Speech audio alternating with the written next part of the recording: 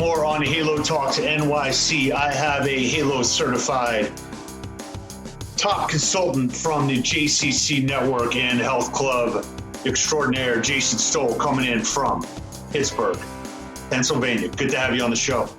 It's good to be here. Thank you.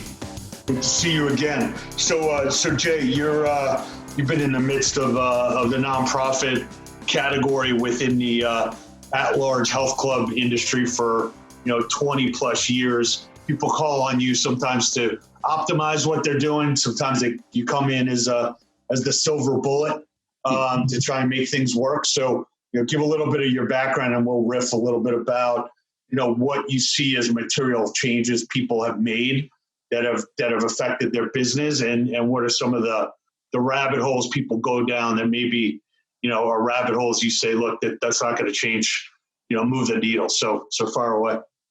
Yeah, that's great. So as you mentioned, I've been in the industry for about 25 years. I put 17 years on the commercial side. And the last 8 I've been on the nonprofit side. And fundamentals are fundamentals, right? You're never gonna outsell sincerity and genuineness, right? So just being a good human. A lot of as we start to reopen, everyone's getting pretty close to some steady state now, the new norm. In the beginning, we were all focusing on just retaining and engaging our current populace. But now we're kind of, all starting to look at acquisition again. Like, how do we compete in this market that's potentially reduced, whether that's because of concerns for personal health or concerns financially, whatever it may be. I think what people got to remember now is we're not in a price war anymore. I mean, this new wave of consumer doesn't even know what they don't know yet, and they're looking for a minimum viable solution at a minimum price because they just want to get their feet wet, right? But for the most part, you've got to be selling solutions, right? If you're selling sessions, you're selling memberships, you're selling access, you're gonna lose the game here, right? People want solutions. So, for example, nobody, I've been working out for 25 years. Nobody wants to work out, If I took 100 personal trainers and said, hey guys, you can work out for 100 years, or I can sell you a pill for $10,000. You'll look exactly like you will look for the rest of your life. Those 100 trainers that love working out, they're going to take the damn pill, right? Nobody wants that. So don't sell sessions. Nobody wants sessions. People want solutions, even when they're walking through the stuff. So that's the biggest thing I think right now, especially now. People are so concerned with health, wellness, the spectrum now. They used to come to the gym for a singular solution. We know people in their 30s, 20s and 30s were basically training for narcissism, right? They just wanted to look good naked. It wasn't really mortality didn't really become a thing until your 50s, once all your friends started getting sick and started, dying off, and then you start really worrying about that. So I think the big thing to do is just make sure you talk to people with where they're at, and when you're engaging them, engage them, right? Don't just give them the pitch, right? Ask the questions. I think that's the biggest differentiator right now in who's being successful, who's not. Yeah, I mean, I'm seeing some of these HVLP 2.0 players, high volume, low price, coming out with marketing emails that I'm a subscriber on their list for, $0 down, first month free. And it's like, how did they not realize the new paradigm that we're in? I mean, people want to get results. They're probably at least 10 to 20 pounds heavier than they were before, just given the sheltering at home and the snack foods. So as you look at, let's take the JCCs in particular. Do you see, or YMCAs, do you see them starting to ascribe to some of the metrics that, you've used in the for-profit side of the business, such as, here's the amount of leads that we need to get in order to sell X amount of memberships, members per square foot, where you actually are, trying to pack it in, and then also thinking through, how many people are actually getting results here. And those people that get results are actually our main referral opportunities because they tell their friends. It used to be around the water cooler, what movie did you go see, or, what'd you do this weekend? Now it's about, what workout class are you doing and how'd you get so fit? So, is there a paradigm shift, and how are you kind of educating people on that? Yeah, I mean, absolutely right. a funnel is a funnel is a funnel. You can still say you get this many leads, you make this many calls, you set this many appointments, you get this many shows, you get this many sales, right? The numbers may shift now on whether it's a 70% or a 50%, close, but numbers are still gonna trump all. They call it the law of large numbers, right? A system, even a crappy system, given over a high enough population count, is going to give you results, right? And so a lot of clubs still kind of do that, right? Let's just get 10,000 leads in the bucket, and then we're going to get at least 100 sales, and we're going to win that way. So, right? So you see all these sales consultants just, put in sticky notes on people's cars out in IKEA's parking lot, saying, hey, zero down kind of pieces, right? You had mentioned referrals. Absolutely. Your sneezers, right? Your people that are going to brag about your location. That's how you're going to win the game right now, right? Because that's the most authentic piece of information. The rule of thumb is you always treat the referral source better than you treat the referral itself, right? Because the referral will feed you once, the referral source will feed you 100 times, right? So what we've done is we've kind of shifted our gears from external marketing to really engagement now. How do we have sincere conversations with our people? How do we ask them to ask their friends, invite them in, and kind of work with them in this community best interest piece, right? Again, I wrote this piece a while back. I compiled 100 sales closing tactics, right? So when you're at the end of the table, you put out the ask, and they give you got all these different things, right? You got the loss aversion, the assumptive close, all the stuff, right? It's not about closing people anymore. That's still tried and true. It's really about engaging people. People are scared out there right now. People want to feel safe. They want to feel engaged. They want to feel part of a community, right? And so the JCCs, the YMCAs, the rec centers, that's truly what they're trying to do. They're not trying to just help you lose 10 pounds. They're trying to help you live a better life. So, you talk about engagement, you talk about talking to the members. I feel like some groups get so caught up in, quote unquote, their data that they actually forgot that these people are actually walking into the club and they can have an actual conversation with them. The thing that kind of drove me crazy in one of the boutiques that I used to go to in New York City, and I was spending a ridiculous amount of money on a weekly basis. There was never a time when I walked in and everyone, they actually knew my name, but no one ever asked me, like, what do you want to achieve or what are you here for? And I felt like somehow they got lost in the fact that, oh yeah, we send an email to that guy, or he gets a automated email response, with his data. I actually want someone to talk to me. And if you talk to me, I'm going to give you the information, and then you can actually act on it. So do you feel that maybe we got caught too much in the data and we forgot that we actually are building like a personal relationship? Absolutely. I call it the and/or syndrome, right? We have this fallacy that we can either have a winning sales system that's going to generate maximum returns, or we can be good people and try to, not hammer close them with the piece, right? It can be an and scenario. One of the bits I talk about is these are people, not prospects, right? Right. We know that they're, prospective members, but yeah, people, again, people are people. I'm a sales guy, right? I'm on my side of the table. I know my boss is breathing on my neck and I got to close 15 deals this month and I got to do what it takes to get this person here. Right? I know that that's my world, but when I go across the table, this guy's world, this is a scared human being that wants help. They're going to put their trust in me to help them achieve whatever their goal is, whatever that success looks like, whatever metric they're not meeting, right? So they're going to put their trust in me. And if I can't sincerely create a win-win scenario where I can hit my revenue goals, my commission goals, whatever that is, and help them achieve their success, I shouldn't be in the business, right? Mm-hmm. If your goal is simply to drive maximum revenue, there's plenty of industries where that's the target, right?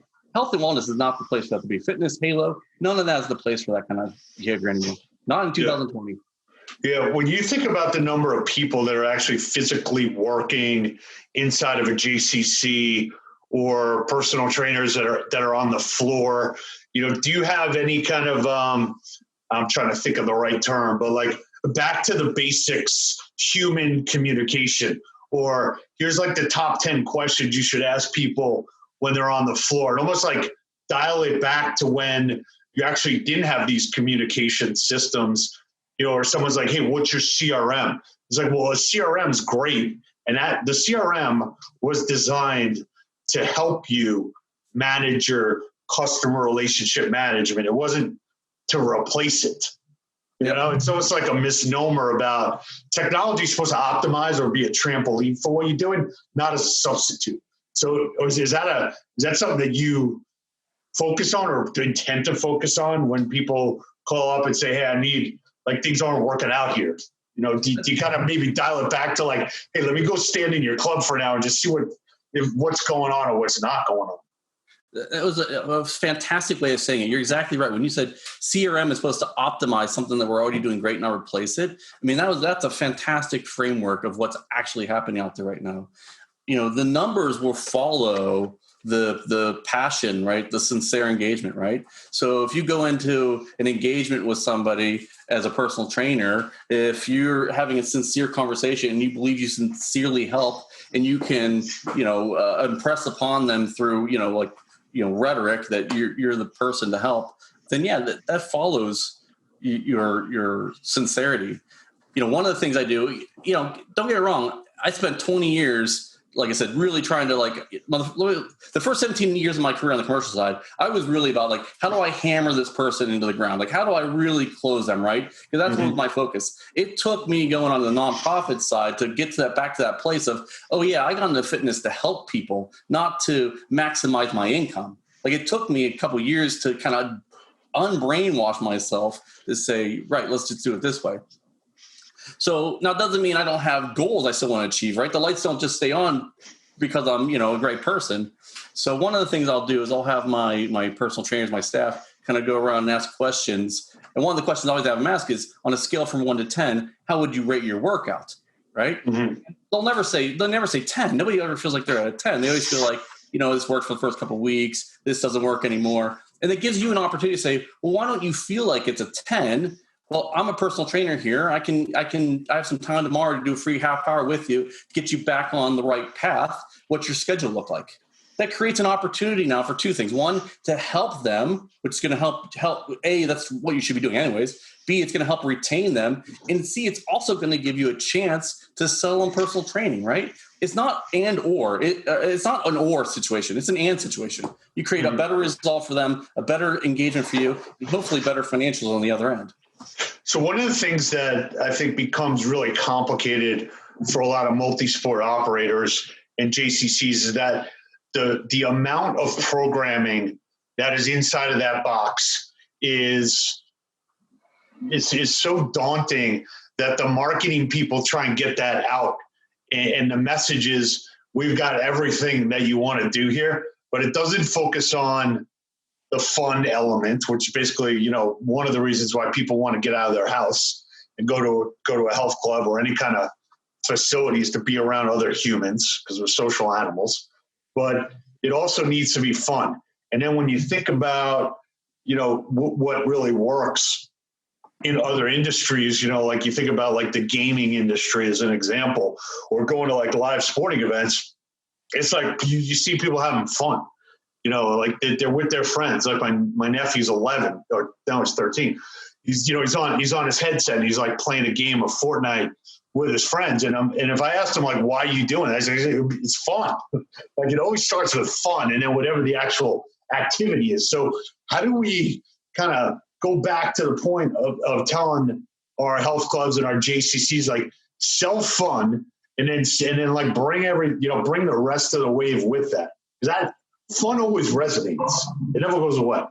Yeah, my son is a big esports person, right? There's some of us on the fitness field that feel like it's the end of the world, right? Now that they're going to be playing Madden NFL as opposed to actually playing, in the NFL. But I'm on the other side. We used to think connection and community happened in person. Well, now we know that we can create connection and community virtually, like we're doing right now, right? Mm-hmm. We can create sincere relationships. My son has friends online he's been playing with for years. He's never met in person, but they were some of his best, most sincere relationships, right? As we try to find the new norm, this new hybrid portfolio where fitness is now both virtual and in person, I think you're exactly right. You're not going to drive somebody through the door because they think you have the best mousetrap, right? You're going to drive somebody in the door because they think they're going to find the support and the relationships, and they're going to get the high fives, well, the socially distanced high fives, right? That really is what they need, right? As a person, I was a personal trainer for 20 years. I can tell you, I could give anybody a fantastic workout in my backyard with no equipment, right? If you want to lose 10 pounds, we can do that. That's not going to sell anybody anything, right? What's going to sell them is that I know their name. I know what they're trying to achieve. I celebrate their victories. I cry with them at their losses. It's a lot harder to quit a relationship than it is to quit a membership, right? And we need to get back to that. It's a great point. I like that. I like that term. So, as people coming out of COVID, and I'm 100% in agreement with you that we got to raise the prices and stop competing on price, because there's going to be a tidal wave of people that care about, their health. And also a lot of the articles that are coming out over the last couple of weeks is that any of these vaccines that actually do work are not going to work on people that are obese. I mean, I don't know why, but it's, it's an immune system and it's ailments that you're already, taxing your body with, and it's not going to allow you to recover. So do you see, whether it's corporate memberships that are going to get pushed, where we're going to have a wave of people coming in with, maybe the flexible spending accounts are increased. Maybe there should be a higher corporate sales. Maybe there's, churches or synagogues, if you will, that say, hey, look, as part of your membership, like we're giving you a mandatory membership to the YMCA or to JCC. Or do you see any insurance companies that are going to come and say, look, I'm paying for everybody's membership. As long as they come in 10 times, I'm not charging them for it. Is there a bigger conversation that's about to happen? So yeah, that's a huge, that in and of itself is an entire show, right? Yeah. One of the top requested amenities or perks of employment was access to a gym, right? So, I wanted medical insurance, of course, but if I happen to also get a free membership down to John Doe's gym, that was a huge perk, one of the top ones that people were looking for, right? As you said, as competition has really gotten more fierce because the market is kind of slim right now, there's this race to the bottom, which is doing everybody a disservice, right? If your value proposition has to be driven by the fact that you can give the cheapest access to your solution, then again, you have to question, do you even deserve to be in this business, right? I could replace you with some equipment from Amazon at the same price. What we're seeing now, and there was a shift prior to COVID, there was a shift already to the whole spectrum of wellness. And a lot of rec centers, JCCs, we're taking some of our tired, functional fitness areas, maybe a 30-foot by 50-foot place, and we're renting it out to physical therapists now. And we're charging, tens of thousands of dollars in rent to bring a physical therapist right there into the facility. That does two things. One, it helps increase our bottom line, but it also puts a solution right in there, another reason for people to come to us because they have another desired solution. And, we service all ages, but we have an older population as well. They love this stuff, right? I part of as I kind of climbed up the sales ladder, I always try to think outside the box. How can I, if it's a Sunday in a gym, there's no reason for four of us to sit on a sinking ship. Let me see how I can do this, right? So I would go to, I went to a super church, one of those mega churches, and I said, you guys preach mind, body, soul. Can I set up a table here and I'll sell memberships to your people, waive the registration fee, give them, 2 months free. And I sold 125 memberships that day, just sitting there, right? I went to a radio station. They bought 6 paid in full memberships off me to auction off, with their piece. There was a gym 10 years ago. There was a gym that was closing down called Joe's Gym. We'll call it Joe's Gym. He was only open for another week. And I said, hey, can I set up a table in your lobby and sell them memberships to my gym? Because I know you care about them finding solutions. I'll give them the best deal ever, right? So I think especially now, we got to get back to that kind of creative ways of finding people, engaging people, and stop thinking like, oh gosh, they're not coming through the doors. What's the minimum price we can afford and keep the lights on? That's doing us all a disservice, the entire industry. Right. So one thing I wanted to probe you on just for an ideation session, if you will, which is something I put in an email to you recently. But, if you think about Madison Square Garden as an example, right? You don't buy a season ticket to Madison Square Garden. you buy a ticket to each of the teams that are housed out of there, right? So I got Monday, Wednesday, Friday on average. I've got a Knicks game on Tuesday, Thursday, Saturday. I got a Rangers game. And on Sunday afternoon, I've got a matinee, a play, or I got a show. Does it make sense to maybe start to think about, when you've got amazing instructors, or let's say you've got 5 different programs that are awesome. Like I got my kids program, for preteens, and I've got, pre-K. And I've got a basketball, guy that's running leagues. Should people start to think about their locations, whether it's a JCC or whether it's Joe's Gym, to say, hey, maybe I should start to focus on functional training, at Joe's Gym, almost like, like the team is the program. Like I'm allowing you to come to this team, and we just happen to use this gym as like our stadium. Another great way of saying it, Starbucks doesn't lock anybody into an EFT contract, right? They just keep coming back because of the experience. They're going to pay a multiple for the product because of just the experience in and of itself, right? So the old model was, how do we lock these people into, in the 80s, lifetime contracts, which we know were a disaster, but now 3 years, 1 year contracts, when really our efforts are better served by how do we create differing experiences based around our brand, how deep that goes, that'll keep people coming back and wanting to come back. So yeah, we have one of our locations did this like CrossFit Kids thing. It was all body weight stuff, but it was awesome.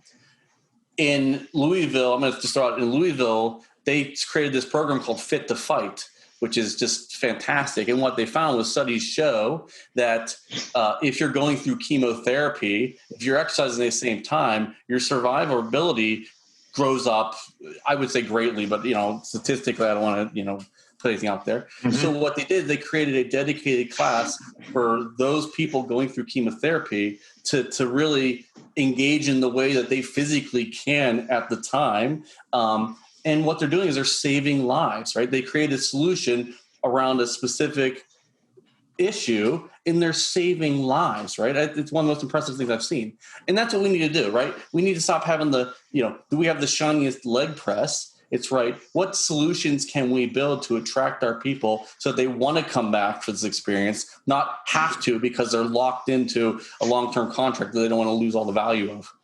Yeah. So one thing that you brought up in the Halo Academy, when we were talking about, clubs trying to like reverse engineer their own Orange Theory or launch a new program, you said, and I'll remember this forever. You said, if you don't have the person there, that's actually spearheading this, like, don't even do it. So maybe talk about the benefits of, employee retention and understanding that that's where the relationship lies. Yeah. So when I started writing my book, that's not out just yet, one of the things that I kept getting asked was, what makes a rainmaker, right? How are successful people tend to always be successful, regardless of the economics, status out in the world, regardless of how things are going outside the club, right? They just always are successful, right? Mm-hmm. And so talented people will just get these things done, right? So CrossFit's a great example, right? Again, it's just a big box with some equipment in it, but what's driving it is that person, that really energetic screamer, yeller, let's get in here, let's go, right? And what happens is if that person disappears, I call it the alien abduction plan. If an alien comes by, abducts your top talented person, what happens to the business? Does the entire business evaporate? Well, then that's not a business plan. That's just an employee, right? And mm-hmm. So we see it all the time in the big boxes. We'll have a personal training department with 30 people, and the top trainer leaves. Every time that happens, I'm hoping we keep 25% of the people, because they're going to follow that trainer out the door.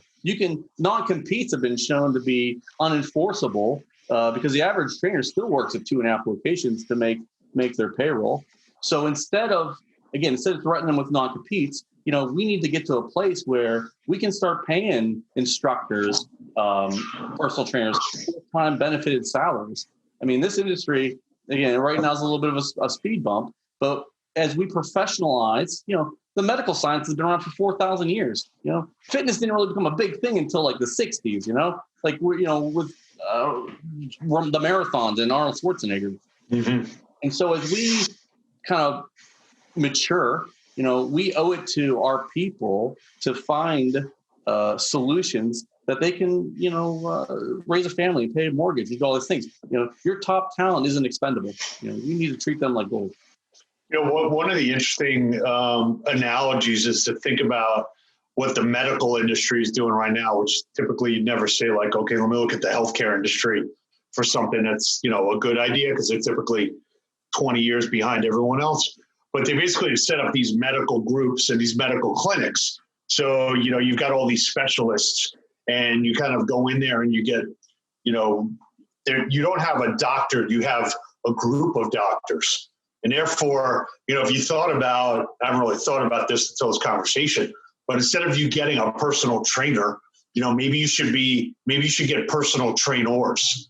And then basically like you're on almost like a rotation to say, okay, well, we're doing functional training today. Like you're going to be doing functional training with Jason on Monday. And when you come back here on Wednesday, you can basically be doing, high intensity, lifting with Dave. And then on Friday, you're going to be doing cardio with Pete. So it's almost like the group. So the relationship isn't like if that guy walks out the door, all right, he walks out the door and like next man up type of thing. So maybe I don't think anybody's done that. I don't even know if it's a good idea. I think it sounds like a good idea because the member is now part of the group, the personal training department. The member is not Jason's client. And maybe we've got incentives around that, the wrong things, because we're basically allowing that trainer to get compensated by reselling like you talk about sessions and packages, but by letting a trainer, go on a little rant now, but if I'm letting a trainer do that sale with you multiple times in a month, damn, they should feel like they own that relationship because I've actually allowed them to. Right. So maybe that's part of the problem. Yeah, trainer feels like they're just paying you rent now to service their member, right? You're taking 50%, but really that's their relationship, right? So that's one of the things we try to do is during the onboarding phase, right? We know behaviors in the first 45 days can predict almost perfectly whether a member is going to retain 12 months from now. We just can know. That's how locked that stat is. What you'll see in a lot of clubs is your Group X team versus your personal training team, right? Personal trainers don't like the Group X people because they're giving away stuff for free, right? Mm-hmm. The Group X people think, why would I pay $70 a session, $100 a session when you can get the same benefit from this? If you can get those two teams working together and come up with a plan, one of the Fit Pro predictions I made for 2020, which is not going to come true anymore, but was that personal trainers need to move away from solution based only and more into lifestyle consulting. Because what happens now when I take an orientation is somebody comes to me and says, Jason, how do I track my steps? How do I track my calories? Should I take Group X classes? Should I run a mile outside of here? So what I would do when I was still training, say, here's what we're going to do. You and I are going to meet one-on-one on Tuesday and Wednesday. You're going to take this group class on Monday and Friday. I expect by the end of the week, you're going to get to 75,000 steps, right? If you have a bad day on Monday, I don't care. You still got Tuesday, Wednesday, Thursday to make it up. Just get to 75,000. I expect you to drink this much water. I expect you to get this much technology-free time in a week, right? Because people can't, when you tell them you got to work out an hour every day, they get like, holy hell. But if you tell them, hey, you need 5 hours this week, they can manage that, right? Yeah. So I said earlier, it's hard for people to quit a relationship. Really, it should be relationships, right? They should not be tied to a single person in the facility. That front desk person should know their name, should tell them happy birthday when it pops up on the computer, right? The manager shouldn't be locked in their office. They should be floating. Your personal trainers, right? If the personal training relationship is the only thing keeping them there, again, shame on you. Yeah. No, I think I'm hoping that this podcast, once it gets launched here, is giving people some ideas to like rethink how the business works. So instead of having an employee team meeting, why don't we have a member meeting? Not with the members, but let's talk about, Jane, who's in here, who took 2 personal training, sessions this week and took 2 cycling classes and, was hanging out in the juice bar. Like, let's talk about our members like companies talk about their clients. And I don't think, and nobody does that, Nope. And so maybe there's a paradigm shift here where we start to focus on, all right, we're all responsible for this member. And that member, if they achieve the results that they want on a daily and a weekly basis, then we actually have to do less marketing because we've basically invested in the marketing vehicle, and the vehicle is the member. The cheapest way and most effective way to increase your results is through your manner, your tone, and your words themselves, right? You don't need a multi-thousands, tens of $1,000s campaign to be a good person. When somebody comes in, give them undisturbed attention, right? Ask them how they are and listen, right? Actively listen, right? Don't just work on your computer like, oh, I hope you're having a good day. All right, we'll talk later, right? It costs nothing to just have the right people saying the right things. That's the secret. There is no, this is the close technique, this is the campaign, this is the tour. It's really sincerity, right? Love what you do, be able to passionately explain that and attract people. Inspired people don't need to be sold. You don't need to close an inspired person. If they're in the doors, they believe that you can help, they believe that you want to help. That's all you need. That's it. That's the secret sauce, guys. Love it. Hey, so why don't we leave here with with one of your favorite quotes, whether some you tell your clients or members or some you live by. Yeah. So I love the Henry Ford quote. If I had asked people what they wanted, they would have told me faster horses, right? So I always challenge people to think outside the box. When somebody, whether it's a consulting client, whether it's a member, whether it's a prospective member, they always come to me with some anchored belief already on what they want to achieve. And I ask them to just challenge themselves and receive new information. And then we'll measure, monitor, manage, and pivot as we go. And that's my favorite. Awesome. All right. Well, as we restart here, look forward to working with you, giving better people better advice and having them execute on it and turn this industry into what it should be. And maybe we needed this pandemic as a bit of a wake-up call to start delivering, results and actually listening to our members and not treat them as a member account, but treat them as what they should be, which is a human that's going to get what they deserve, and they're going to tell everybody about it, and that benefits everyone. So Absolutely. Great to see you again, man. Thank you. Well, awesome, guys. All right, I'll talk to you soon. Thanks. Thank you, guys. As we continue to build our Halo Talks email notification database, want to offer you a free $10 instant gift card from our friends at Promotion Vault. Also to show you how easy it is to offer your members and prospects and clients the ability to get desired actions out of them and reward them in real time. Go to halotalks.com, put your email address into the pop-up box, see how it works, get a free $10 gift card from us, and keep listening and making everybody great.